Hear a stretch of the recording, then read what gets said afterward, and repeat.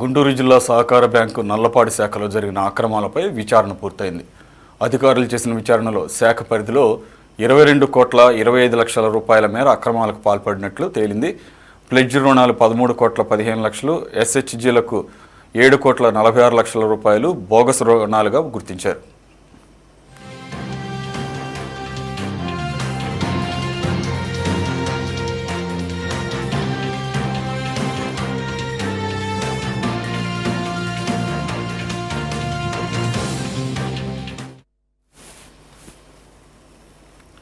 ఇక నిబంధనలకు విరుద్ధంగా జగనన్న మహిళా ధీమా పథకం కింద 1,02,00,000 రూపాయలు ఇచ్చినట్లు అధికారులు గుర్తించారు.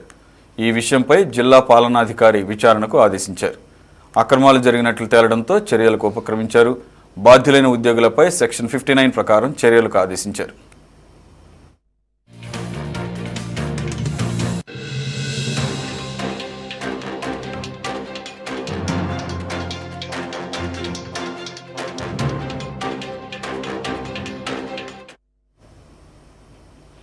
అలాగే కలెక్టర్ ఆదేశాలతో బ్యాంకు పాలకవర్గం అత్యవసరంగా సమావేశమైంది. జీఎంలు కృష్ణవేణి, అజయ్ కిషోర్లను సస్పెండ్ చేస్తూ బ్యాంకు పాలకవర్గం తీర్మానం చేసింది. 796 మందిపై సివిల్, 186 మందిపై క్రిమినల్ చర్యలకు పాలకవర్గం తీర్మానం చేసింది. మరోవైపు 27 మందిపై క్రమశిక్షణా చర్యలకు పాలకవర్గం తీర్మానం చేసింది.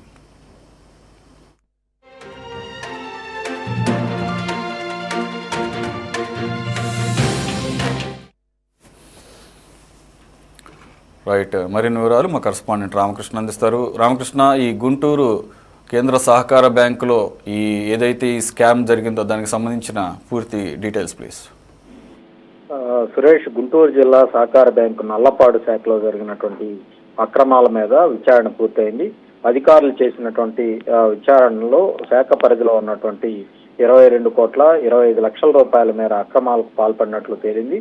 ప్లెడ్జ్ రుణాలు 13,15,00,000, అలాగే ఎస్హెచ్జీలకు 7,46,00,000 రూపాయల బోగస్ రుణాలు ఇచ్చినట్లుగా గుర్తించారు. అలాగే నిబంధనలకు విరుద్ధంగా జగనన్న మహిళా ధీమా పథకం కింద 1,02,00,000 రూపాయలు ఇచ్చినట్లుగా కూడా అధికారుల విచారణలో తేలింది. ఈ విషయం మీద జిల్లా కలెక్టర్ విచారణ కూడా ఆదేశించారు. అక్రమాలు జరిగినట్లు తేలటంతో చర్యలకు ప్రస్తుతం అయితే ఉపక్రమించారు. బాధ్యులైనటువంటి ఉద్యోగుల మీద సెక్షన్ 59 ప్రకారం చర్యలకు ఆదేశించారు. కలెక్టర్ ఆదేశాలతో ఈరోజు బ్యాంకు పాలకవర్గం అత్యవసరంగా సమావేశమైంది. గతంలో జీఎంలుగా పనిచేసినటువంటి కృష్ణవేణి, అజయ్ కిషోర్లను ఇద్దరిని కూడా సస్పెండ్ చేస్తూ బ్యాంకు పాలకవర్గం తీర్మానం చేసింది. 796 మంది మీద సివిల్, అలాగే 186 మంది మీద క్రిమినల్ చర్యలకు పాలకవర్గం తీర్మానం చేసింది. మరోవైపు 27 మంది మీద క్రమశిక్షణా చర్యలకు కూడా పాలకవర్గం తీర్మానం చేసినటువంటి పరిస్థితి ఉంది. మనం గతంలో చూసుకున్నట్లయితే జగన్మోహన్ రెడ్డి ప్రభుత్వ హయాంలో ఆ రోజు వైఎస్ఆర్ కాంగ్రెస్ పార్టీకి సంబంధించినటువంటి పాలకవర్గానికి సంబంధించినటువంటి ఆ బ్యాంకు పాలకవర్గం శీతల గోదాంలో మిర్చి నిల్వలకు రుణాలు, అలాగే డ్వాక్రా మహిళల పేరుతోటి బోగస్ రుణాల ద్వారా సుమారుగా 22,025 కోట్ల సొమ్ము దుర్వినియోగం చేసినట్లు ఈ విచారణ కమిటీ గుర్తించడం జరిగింది. జిల్లా కేంద్ర సహకార బ్యాంకు పరిధిలో ఉన్నటువంటి ఒక నల్లపాడు శాఖలోనే ఇదంతా జరిగింది. ఈ ఒక్క నల్లపాడు శాఖే కాదు, జిల్లా పరిధిలో ఉన్నటువంటి మరికొన్ని బ్యాంకు శాఖల్లో కూడా ఇదే తరహా అవకతవకలు జరిగినట్లు తెలుస్తా ఉంది. వైసీపీ హయాంలో ఈ శీతల గోదాముల్లో నిల్వ చేసినటువంటి మిర్చికి కోట్లలో వైసీపీ నేతలు రైతులు నిల్వచ్చినటువంటి మిర్చి పంట మిర్చి నిల్వలన్నీ కూడా మావే అని చెప్పి ఆ రోజు వైసీపీ నాయకులు కొంతమంది కోట్లలో రుణాలు తీసుకున్నారు. నిబంధనలు పాటించకుండా రుణాలు ఇవ్వటంలో ఆ రోజు ఉన్నటువంటి బ్యాంక్ అధికారులు ఉదారంగా వ్యవహరించినటువంటి పరిస్థితి అయితే ఉంది. దాదాపుగా 10 కోట్లకు పైగా ఇంతవరకు కూడా సొమ్ము రికవరీ కాలేదు. దీంతో స్వయం సహాయక సంఘాలకు ఇచ్చినటువంటి రుణాలు ఏవైతే ఉన్నాయో అవి కూడా బోగస్ అని అధికారుల విచారణలో తేలింది. మొత్తం కలిపి సుమారుగా 22,25 కోట్ల సొమ్ము పక్కదారి పడినట్లుగా కూడా విచారణ తేలింది. ఇక ప్లెడ్జ్ రుణాలు సుమారుగా 13 కోట్లు, మెప్పా పరిధిలో 6 కోట్లు, అలాగే డిఆర్డిఏ పరిధిలో 1.50 కోట్లు, జేఎండి కింద 311 మందికి 50,000 చొప్పున 2021-22 ఆర్థిక సంవత్సరంలో రుణాలు మంజూరు చేసిన ఒక్క రూపాయి కూడా వాళ్ళ నుంచి వసూలు చేయలేదు. ఆ మేరకు జిల్లా కలెక్టర్ విచారణ నివేదికను అందించారు. దీని మీద గుంటూరు డివిజన్ సహకార శాఖ అధికారి సర్చార్జ్ విచారణకు కూడా ఆదేశించడం జరిగింది. అప్పట్లో నల్లపాడులో పనిచేసినటువంటి బ్యాంకు మేనేజరు, అక్కడ పనిచేసినటువంటి నోడల్ అధికారి, సిఇఓ పర్యవేక్షణలో వాళ్ళందరూ కూడా కుమ్మక్కై వాళ్ళ యొక్క బాధ్యతారహితం కారణంగానే ఈ రుణాలలో అక్రమాలు చోటు చేసుకున్నట్లుగా కూడా విచారణ కమిటీ గుర్తించి వారి మీద క్రమశిక్షణ చర్యలకు కూడా ఆదేశించడం జరిగింది. ఆ రోజు పాలకవర్గంలో కీలకంగా వ్యవహరించినటువంటి వైసీపీ నేత బలమైనటువంటి ఒత్తిడి తీసుకురావటం వల్లే ఈ రుణాలు మంజూరు చేశారన్నటువంటి ఆరోపణలు కూడా పెద్ద ఎత్తున వినిపించాయి. కీలక స్థానంలో ఉన్నటువంటి నేత ఒత్తిడితోనే బ్యాంకు ఉన్నతాధికారులు ఆయనకు ఎదురు చెప్పలేకపోవటం వల్లే ఒకే బ్రాంచ్ పరిధిలో దాదాపు 100 కోట్లకు పైగా రుణాలు ఇస్తున్న ఏ స్థాయిలో కూడా ఏ ఒక్క అధికారి కూడా కనీసం అడ్డు చెప్పకుండా ఇది నిబంధనలకు విరుద్ధమని ఏమాత్రం కూడా కనీసం మాట్లాడకుండా ఇష్టారాజ్యంగా దోచిపెట్టే ప్రయత్నం అయితే ఆ రోజు వైసీపీ ప్రభుత్వ హయాంలో జరిగింది. ఇదే అక్రమాలకు ఆజ్యమైంది. ఇవాళ కోట్లాది రూపాయల కుంభకోణం గుంటూరు జిల్లా సహకార బ్యాంక్ కేంద్రంగా వెలుగులోకి వస్తున్నటువంటి పరిస్థితి అయితే ఉంది.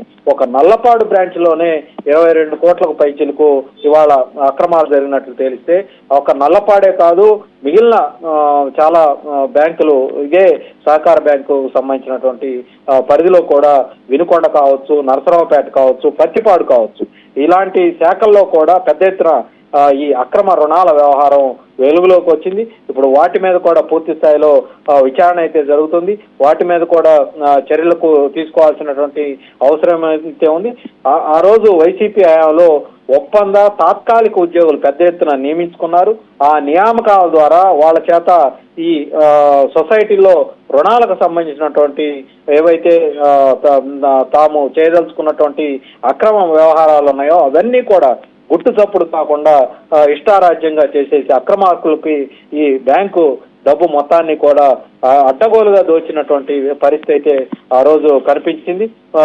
ప్రస్తుతం ఎవరైతే ఇద్దరు అధికారులు ఉన్నారో ప్రస్తుతం వాళ్ళు ప్రమోషన్ తోటి సిఓల స్థాయికి వెళ్ళారు. ప్రస్తుతం వాళ్ళిద్దరి మీద కూడా పాలకవర్గం తీర్మానం చేసి ఇద్దరి మీద కూడా సస్పెన్షన్ చేయాలన్నటువంటి ఒక నిర్ణయం అయితే తీసుకున్నటువంటి పరిస్థితి అయితే కనిపిస్తా ఉంది. 796 మంది మీద సివిల్ కేసులు, అలాగే 186 మంది, ఈ 186 మంది ఎవరైతే ఉన్నారో వీళ్ళంతా కూడా వైసీపీకి సంబంధించినటువంటి కీలకమైనటువంటి నాయకులు.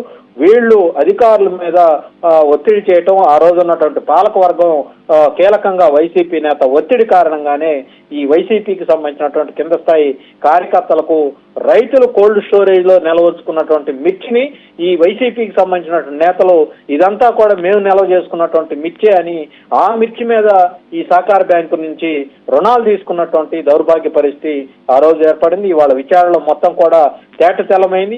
ఆ రోజు అధికారులు ఇచ్చినటువంటి రుణాలన్నీ కూడా బోగస్ రుణాలు, బ్యాంకు సొమ్మును ఉచితార్థంగా పప్పు బెల్లాల్లాగా పంచిపెట్టారన్నటువంటి ఒక ఇదైతే ఇవాళ విచారణలో తేటతెల్లమైంది. ఏదేమైనప్పటికీ దీని మీద పూర్తి స్థాయిలో ఒక కఠినమైనటువంటి చర్యలు అయితే తీసుకోవాల్సినటువంటి అవసరం ఉందని కూడా ఇవాళ గుంటూరు జిల్లాకు సంబంధించినటువంటి ప్రజలంతా కూడా డిమాండ్ చేస్తున్నటువంటి పరిస్థితి అయితే ఉంది. Suresh. Okay, right. Thank you Ramakrishna.